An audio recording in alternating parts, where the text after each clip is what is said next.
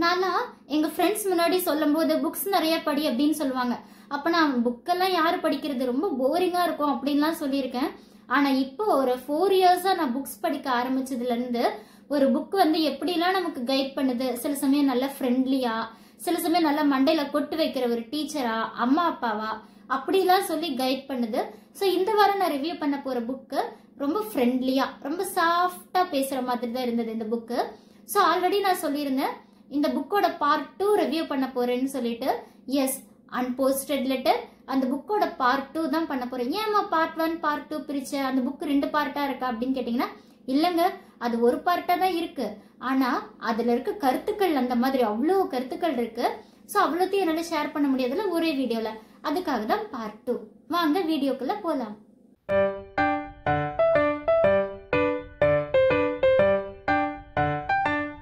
Hi, கனவுகள் மெய்ப்படும் viewers எல்லாருக்கும் வணக்கம்.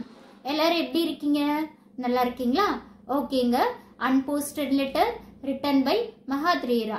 ஓகே, இந்த புக்ல நிறைய விஷயம் சொல்லியிருந்தாங்க இல்லையா? அதுல அடுத்த பார்ட் 2ல ஃபர்ஸ்ட் பாயிண்ட் என்ன அப்படின்னு பாத்தீங்கன்னா, அறிவு. அறிவுனா என்ன? ரொம்ப எதுனாலும் ரொம்ப ஸ்மார்ட்டா பண்றது, அதான அறிவு அப்படின்னு நம்ம நினைச்சிட்டு இருக்கோம். அறிவு அப்படின்றது நம்ம கடந்த காலத்தை சரி பண்றது கிடையாதுங்க. ஃபியூச்சரை அழகா கட்டமைக்கக்கூடிய ஒரு என்ஜினியர் மாதிரி. அப்படின்னா நம்ம பாஸ்ட்ல கத்துக்கிட்ட எக்ஸ்பீரியன்ஸை ஞாபகம் வச்சு ஃபியூச்சரை அழகா பில்ட் பண்றது தான் அறிவு அப்படின்னு நம்ம சொல்றோம். இப்ப நமக்கு என்ன பிரச்சனை அப்படின்னா, ஃபியூச்சரை யோசிக்கிறத நிறைய பாஸ்டை யோசிக்கிறோம். என்ன அப்படின்னா, ஐயோ நான் இப்படி தப்பு பண்ணிட்டேனே, அப்படி தப்பு பண்ணிட்டேனே அப்படின்னு சொல்லி நம்மள நாமளே வந்து டிஸ்ட்ராய் பண்ணிக்கிட்டு, நம்மளையே கில்ட்டியா ஃபீல் பண்ணிக்கிட்டு, நம்மளே வெறுத்துட்டு இருக்கோம். இன்னொன்னு, கவலைப்படுறது கூட பரவாயில்லைங்க. நான் அந்த காலத்துலலாம் இப்படி சந்தோஷமா இருந்தேனே, இப்ப அந்த சந்தோஷம் இல்லையே, நான் அப்பெல்லாம் எப்படி தெரியுமா என்ஜாய் பண்ணேன் அப்படின்னு சொல்லிட்டு பழசையே பேசி பேசி பேசி இப்ப இருக்க பிரசன்ட் அப்படின்ற அழகான மொமெண்ட்டை விட்டுட்டு ஃபியூச்சரையும் நம்ம சரியாவே பில்ட் பண்றது இல்ல. அப்புறம் மழை அடிச்சா காத்தடிச்சா விழுந்துட வேண்டியதான். ஐ மீன், துன்பம்லாம் பெருசு பெருசா வந்தா நம்ம வந்து அப்படியே விழுந்துடுறோம். இதுதாங்க. ஸோ அறிவு அப்படின்றது ஃபியூச்சரை வந்து அழகா பில்ட் பண்றது. அடுத்த குவாலிட்டி. குவாலிட்டி அப்படின்றது நம்ம கண்ணுக்கு தெரியாது. என்னது குவாலிட்டினா கண்ணுக்கு தெரியாதா? ஆமாங்க. இப்போ ஒரு எக்ஸாம்பிள் சொல்றேன் பாருங்க. இப்ப நீங்க 2 பொருள், ஃபர்ஸ்ட் ஒரு பொருள் வந்து அதிகமா இருக்கு, 250 ரூபாய். அதே பொருள் வந்து 150 ரூபாய் அப்படின்னு விற்கிறாங்கன்னு வைங்க. அதை காப்பி பண்ணி நம்ம என்ன பண்ணுவோம், அந்த 150 ரூபாய் பொருளை வாங்கிடுவோம். வாங்கினதுக்கு அப்புறம் ரெண்டும் ஒரே மாதிரி தான் இருக்கும். எப்ப அதுக்கு குவாலிட்டி நமக்கு தெரியும் அப்படின்னு பாத்தீங்கன்னா, நம்ம யூஸ் பண்ணி பார்க்கும்போது தான், ஓ இந்த பொருள் டம்மி, இது நல்லா வேலை செய்யுது அப்படின்னு தெரியும். இப்ப நம்ம நிறைய பேர் லவ் ப்ரப்போஸ் பண்ணும் போதெல்லாம் கூட இப்படி நான் வந்து கூகுள பார்த்துட்டு மானே தேனே பொன்மானே அப்படின்லாம் சொல்லி நிறைய கவிதையெல்லாம் ப்ரிப்பேர் பண்ணி அப்படியே ரொம்ப பெரிய எஸ்ஏ மாதிரி ப்ரிப்பேர் பண்ணிட்டு போவோம். அவங்களும் ஆப்போசிட்ல இருக்கவங்களும் அட்ராக்ட் ஆயிடுவாங்க. ஆனா அதுக்கப்புறம் என்ன ஆகும் அப்படின்னு பாத்தீங்கன்னா, கூட ஒரு 2-3 வருஷம் இருந்ததுக்கு அப்புறம் தான் உண்மையான குவாலிட்டி வெளியே வரும். சோ எப்போ ஒரு பொருளா இருக்கட்டும், மனுஷனா இருக்கட்டும், அதை வந்து நம்ம பயன்படுத்தப்படுத்த கூட பழக பழகுதான் அதோட குவாலிட்டி அப்படின்றது வெளியே வரும். வீட்டுல இருக்க கிளாக்ல ஒரே டைம் இருக்கிறது, அப்புறம் வீட்டுல கதவு திறந்தா கிரிச் கிரிச்சின்னு சவுண்ட் வராம இருக்கிறது, இதெல்லாம் கூட ஒரு குவாலிட்டி அப்படின்னு சொல்லி இருக்காரு. அடுத்து நெக்ஸ்ட் பாத்தீங்கன்னா, எப்பவுமே நாம ஒரு விஷயம் பண்ணிட்டோம்னா, நான் ஏன் பண்ணன்னு தெரியுமா அப்படின்னு ஆர்கியூ பண்ணோம். இப்ப காந்திஜியை சுட்டு கொண்டவர் ஒரு காரணத்தை சொல்றாரு. இப்ப வேர்ல்டு ட்ரேட் சென்டரை அட்டாக் பண்ண பின்லேடன் ஒரு கருத்தை சொல்றாரு, நான் பண்ணது கரெக்ட் அப்படின்னு சொல்லிட்டு. ஒவ்வொருத்தரும் ஒவ்வொரு விஷயத்த ஆர்கியூ பண்ணிட்டு, ஆர்கியூ பண்றது மட்டும் இல்லாம கடைசி வார்த்தை என்னோடதா தான் இருக்கணும், பேசுறது நான் பேசுறது தான் கரெக்டா இருக்கணும், நான் தான் வின் பண்ணணும் அப்படின்னு சொல்லிட்டு. இங்க நம்ம ஆர்கியூ பண்ற 95% வேஸ்டான ஆர்கியூமெண்ட் தான் அப்படின்னு ரைட்டர் சொல்றாரு. கடைசி வார்த்தை உங்களோடதான் இருக்கணும் அப்படின்னு எதிர்பார்க்காத. உன்னால முடிஞ்ச அளவுக்கு ஆர்கியூ பண்ண. உன்னோட ஆர்கியூமெண்ட் நீ ஒருவேளை சரியா பண்ணியிருந்தா கூட ஒத்துக்கலன்னா விட்டுட்டு போயிட்டே இரு அப்படின்னு சொல்றாரு. ஒரு நாள் அவங்களுக்கு புரியும் அப்படின்னு. அடுத்தது, லைஃப்ல நீங்க நிறைய நாள் வாழணுமா, அதுக்கு ஒண்ணு, எதையுமே 10 நிமிஷத்துக்கு முன்னாடி செய்யுங்க அப்படின்றாரு. இப்போ நம்ம பஸ்ஸுக்கு ஓடுறோம், அது இப்போ ஸ்கூல்ல ரீஓப்பன் ஆக போகுது, வேலைக்கெல்லாம் போறோம் அப்படின்னா அந்த 10 நிமிஷத்துக்கு முன்னாடி நம்ம ரெடி ஆக மாட்டோம். கரெக்டா அதுல பங்க்சுவாலிட்டி எப்படி, 8 மணிக்கு பஸ்ன்னா 8 மணிக்கு தான் இங்க இருந்து ஓடுறது, வேகமா ஓடுறது, கூட வரவங்களெல்லாம் திட்டுறது, நீ சரியா கிளம்ப மாட்ட, நீ கரெக்டா என் கூட ஓடி வர மாட்டா அப்படின்னு எல்லாத்தையும் போட்டு திட்டிட்டு, அவசரத்துல திட்டிட்டு அப்படின்னு. அப்ப நம்ம ஓடுற சமயத்துல நம்ம ஃபேஸ பார்த்தா அப்படின்னு கடுகு போட்டா கூட வெடிச்சு போயிடும். அந்த அளவுக்கு ஃபேஸ் கடுகடுன்னு இருக்குமா நமக்கு.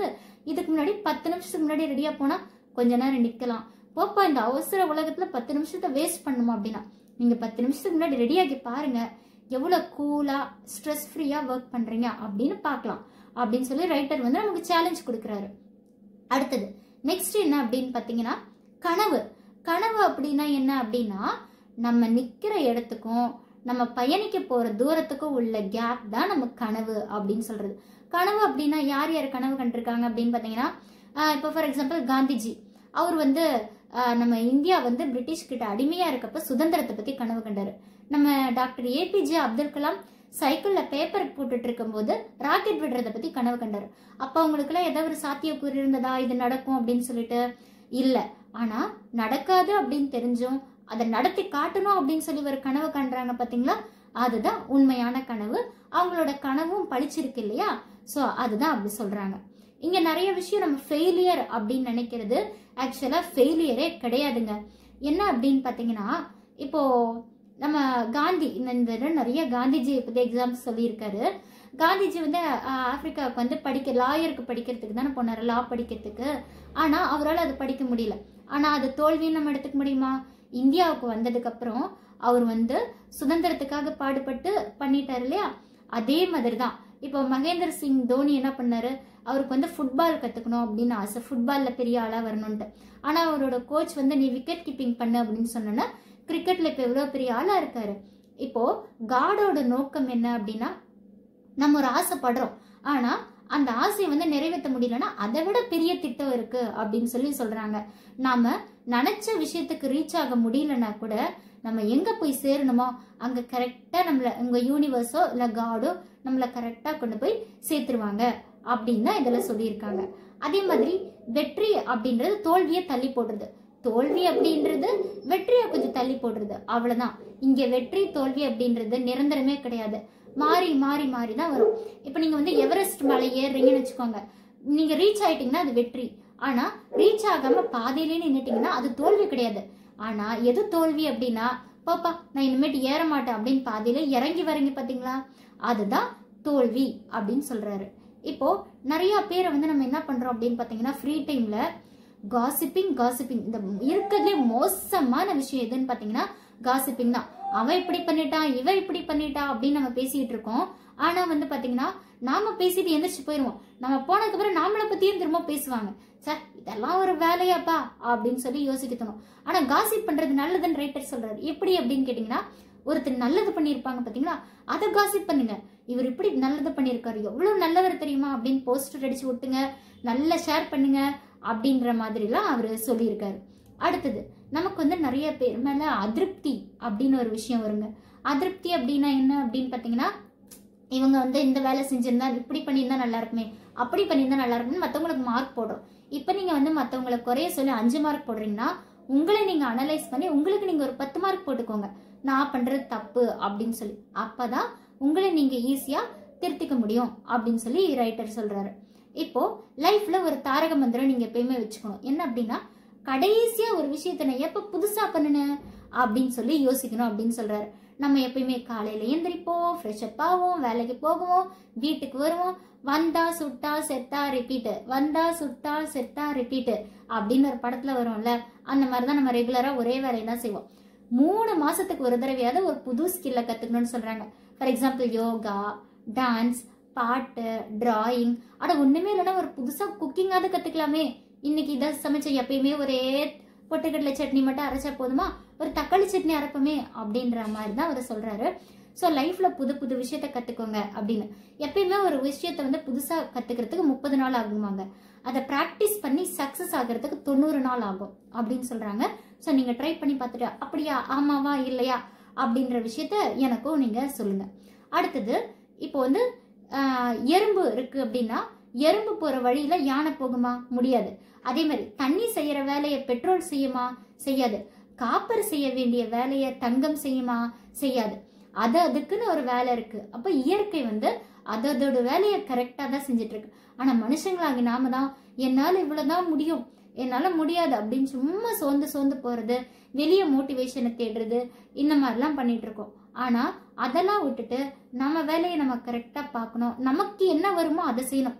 அவன் அழகா பாடுறானேன்னு சொல்லிட்டு நாம பாடினா காக்கா மாதிரி பாடினா யாரும் கேட்க மாட்டாங்க. ஆனா நமக்கு வேற டேலண்ட் இருக்கும் இல்லையா, ஸோ அதை யூஸ் பண்ணணும் அப்படின்னு சொல்லியிருக்காரு. ஸோ இந்த மாதிரி கருத்துக்கள் நிறைய சொல்லிட்டு போயிட்டே இருக்காரு இந்த புக்கில்.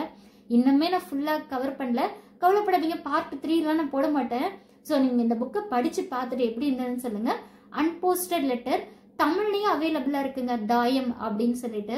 ஸோ நீங்கள் ட்ரை பண்ணி பார்த்துட்டு எப்படி இருக்குது அப்படின்னு சொல்லிட்டு எனக்கு சொல்லுங்கள். ஸோ இந்த வீடியோ உங்களுக்கு பிடிச்சிருந்தா மறக்காமல் லைக் பண்ணுங்கள், கமெண்ட் பண்ணுங்கள், ஷேர் பண்ணுங்கள், and notification icon bell click பண்ணிக்கோங்க. அப்போ தான் நான் ஒவ்வொரு தடவை போடுற வீடியோ நோட்டிஃபிகேஷனாக வந்து சேரும். அண்ட் மறக்காமல் சப்ஸ்கிரைப் பண்ணிடுங்க. தேங்க்யூ.